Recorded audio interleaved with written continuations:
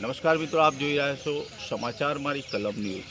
સ્થાનિક સ્વરાજ્યની ચૂંટણીના આજરોજ પરિણામ જાહેર થઈ રહ્યા છે, ત્યારે મહેસાણા જિલ્લાનું વડનગર તાલુકા પંચાયત અને વડનગર તાલુકામાં આવતી જિલ્લા પંચાયતની 3 સીટો, છાબલિયા સીટો અને સુંઢિયા અને 18 તાલુકા પંચાયતની સીટોને લઈને અત્યારે ચૂંટણી પરિણામો જાહેર થવાની તૈયારીઓ છે। ત્યારે વડનગરની અંદર અત્યારે સરકારી પોલિટેકનિકની અંદર કેવો માહોલ છે એ તમને અમે બતાવી રહ્યા છીએ।